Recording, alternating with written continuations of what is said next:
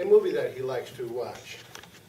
And in that movie, the main character gets to muse a little bit about it, what that town would be like without him. And so in a sense, that is, he was transported in time at a different time. And when he looked at the town without him, he looked at what a loss it was without him. So there's different types of time travel. Is there another Christmas type movie or show that you can recall that had time traveler in it? Back to the Future a little bit. Yeah. Groundhog's Day, although not. Right, but I said Christmas, you both are correct, but I said a Christmas show, play, movie. Steve, please help us out. Ebenezer Scrooge. Goes to Christmas Christmas Carol. past, Christmas and Carol. goes to Christmas future.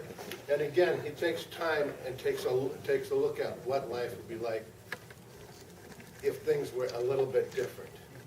And so as we think about National Time Travelers Day, and Jane asked me, you know, well, I don't understand it. That's fine. You don't have to understand it.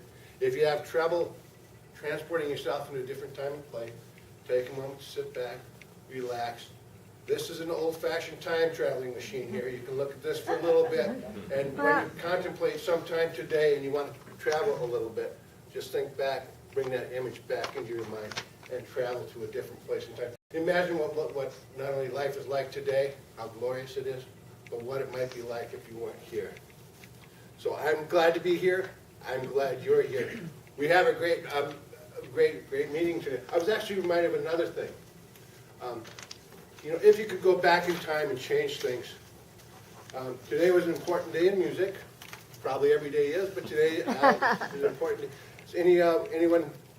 John Lennon died? John Lennon died, and I'm, you know, coming from you, Carolyn, that's pretty great. There was another famous musician that died today. Some people believe that he was one of the best guitarists. You'll probably be the only one that can answer this. Played for a band called Pantera. Dimebag Darrell. Dimebag Darrell.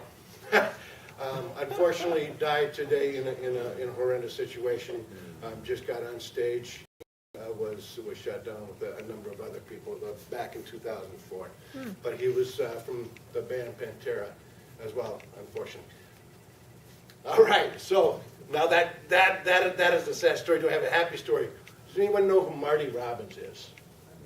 So, All right, another musician who died on this day back, and I'm guessing it's 1982. Now I'm taking you back that far. There was a decade of the 60s. Does anyone here remember the 60s? Yeah. Kind of, maybe. I was young. Graduated. I was, the decade of the 60s, Marty Robbins was nominated as the musician of the decade by the American Country Music Association.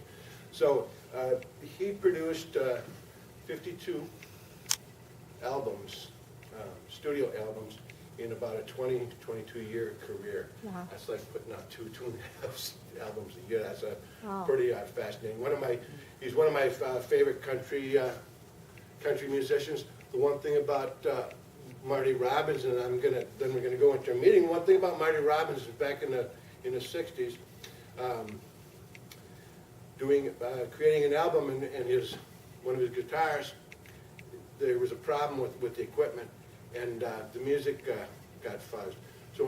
And he didn't change that, but it was actually the first fuzzed music. And so after that, people said, "Well, I want to fuzz." You know, they made fuzz boxes, and so now they got pedal machines that fuzz that. But they came from Marty Robbins' song, and from 1961.